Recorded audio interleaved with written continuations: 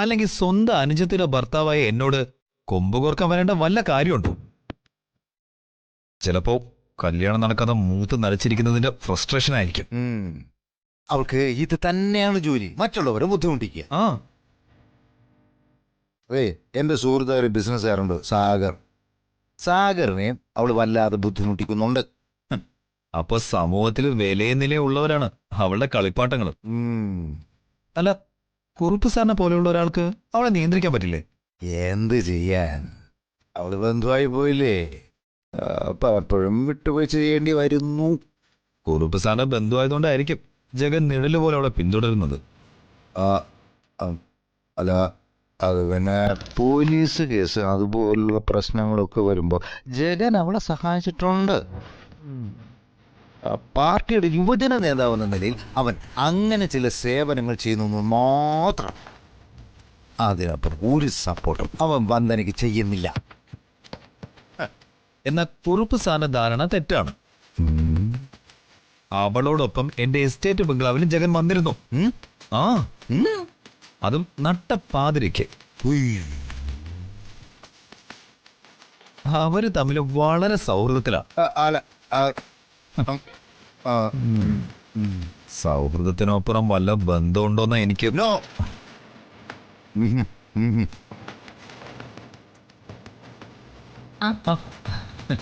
സുമലതാമയും വിദ്യേച്ചി. അപ്പൊ ഞങ്ങളുടെ പേരൊക്കെ അറിയോ? കല്യാണ ദിവസം പരിചയപ്പെട്ടതല്ലേ? അല്ല, എന്റെ അച്ഛന്റെ സ്ഥാനത്ത് നിന്ന് കുറുപ്പ് സാറിന്റെ ഭാര്യയും മരുമകളെ അങ്ങനെ മറക്കാൻ പറ്റുമോ?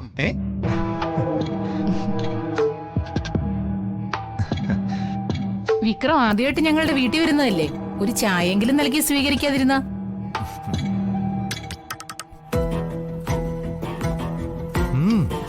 ചായ വളരെ നന്നായിട്ടുണ്ട്. ഓ, വർഷ എനിക്കറിയാം, നല്ല പെൺകുട്ടിയാ. എന്നാലും സാറിനെ പോലൊരു കോടീശ്വരനെ അവൾക്ക് സ്വപ്നം കാണാൻ പോലും പറ്റില്ല. ആ കുട്ടി ചെയ്ത സുഹൃതം കൊണ്ടാ വിക്രമിനെ പോലെ ഒരാളെ ഭർത്താവായി കിട്ടിയത്. മതി മതി മതി മതി, ഞങ്ങൾക്ക് സ്വകാര്യമായിട്ട് ചില കാര്യങ്ങൾ സംസാരിക്കാനുണ്ട്. അതെന്താ സ്വകാര്യം?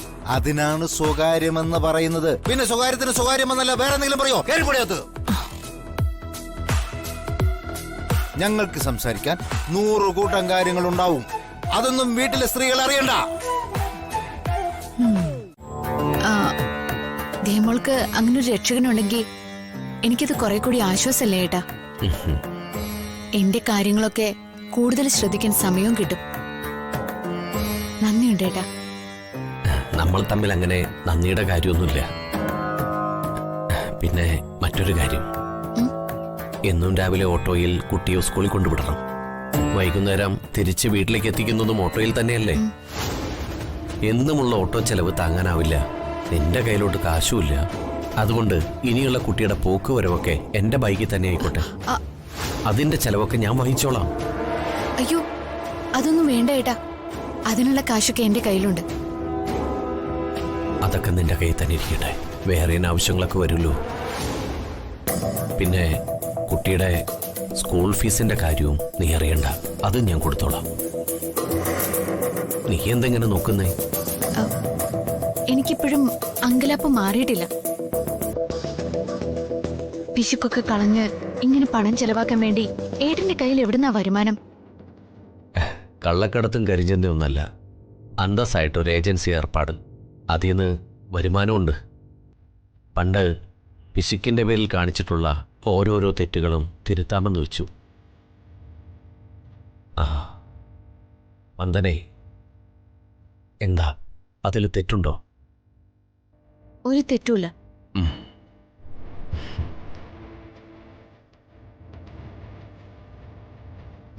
മോള് ഇതായിരിക്കുന്നു, വിളിച്ചിട്ട് വാ.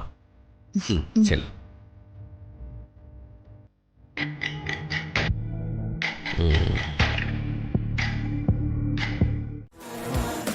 ഇപ്പൊ എന്താ സാറേ പ്രശ്നം? ജഗനാണോ?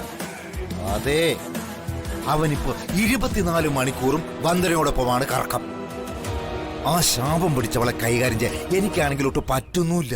ഇതേ അവസ്ഥ തന്നെയാണ് സാഗറിനും. വന്ദനയ്ക്ക് മുമ്പിൽ കൈയും കെട്ടി നോക്കി നിൽക്കേണ്ട അവസ്ഥ. ഈയിടെ ആ വിക്രം ഇവിടെ വന്നിരുന്നു. ആ നശിച്ച വന്ദനയ്ക്ക് വേണ്ടിയിട്ട് വിക്രമിന്റെ ബംഗ്ലാവിന് പോയി ജഗൻ പ്രശ്നം ഉണ്ടാക്കിയെന്ന്. എന്നും രാഷ്ട്രീയത്തിൽ നമുക്ക് വേണ്ടത് വിക്രമിനെ പോലുള്ള കോടീശ്വരന്മാരുമായിട്ടുള്ള ബന്ധമാണ്. പക്ഷെ കാൽ കാശിന് പോക്കില്ലാത്ത ഒരു പീറ പെണ്ണിന് വേണ്ടി എന്റെ കുഞ്ഞ് എന്റെ ജീവിതം തകർത്തുകൊണ്ടിരിക്കുകയാണോ? കുറുപ്പ് സാറിന്റെ മോനായതുകൊണ്ട് നമുക്ക് ശാരീരികമായി ജഗനെ ഒന്നും ചെയ്യാൻ പറ്റില്ല. അങ്ങനെ ശാരീരികമായിട്ടുള്ള ഏർപ്പാടുകളൊന്നും വേണ്ട.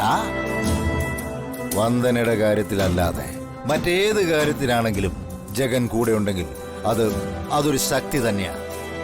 അത് എനിക്കും പാർട്ടിക്കും. അത് വാസ്തവമാണ് കുറുപ്പ് സാർ.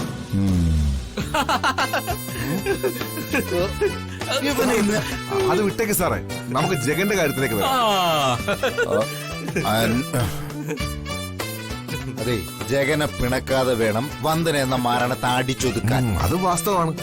ഓ, ഇങ്ങനെ എല്ലാത്തിനും കയറി റാൻ മൂളാതെ ഈ അവസ്ഥയൊന്നും മറികടക്കാൻ എന്തെങ്കിലും ഒരു അഭിപ്രായം പറയണോ കോപ്പേ?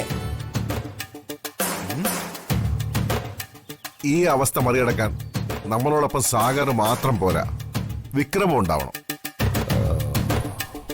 കുറുപ്പ്, സാഗർ, വിക്രം എന്നീ ത്രിമൂർത്തികൾ ഒന്നിച്ചാൽ ഈ അവസ്ഥ മറികടക്കാൻ പറ്റും. ഒരു ചുക്കും ചെയ്യാൻ സാധിക്കില്ല. ഡാഗിനെയും കുട്ടൂസനും എത്ര ശ്രമിച്ചാലും ഈ രാജുവിനെ രാധയെയും ഒരു ചുക്കും ചെയ്യാൻ സാധിക്കില്ല. കാരണം അവരോടൊപ്പം മായാവി ഉണ്ട്, മായാവി. അത് ഈ ജന്തുവിനങ്ങ് തട്ടിക്കളഞ്ഞാലോ? അതൊന്നും വേണ്ട സാറേ, പാവമാണ്. ജഗനെ പോലെ ഉപദ്രവകാരിയല്ലല്ലോ. അതൊന്നും പറയാൻ പറ്റില്ല. ഈ ചിത്രകഥകളൊക്കെ വായിച്ച് ഇവന് മുഴുവട്ടായി പോയാല്